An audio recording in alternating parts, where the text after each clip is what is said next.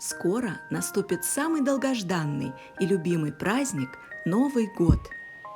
Ежегодно поэты и композиторы занимаются созданием новогодних песен. Эту песню знают и напевают все. Без нее невозможно представить ни один новогодний праздник. У многих сложилось впечатление, что это народная песня. Но это не так.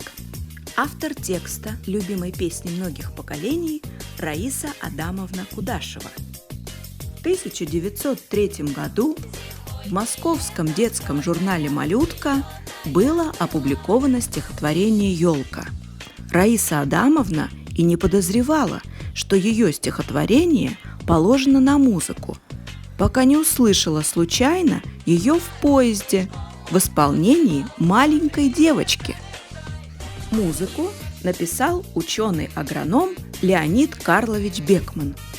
Однажды он решил развлечь двухлетнюю дочь.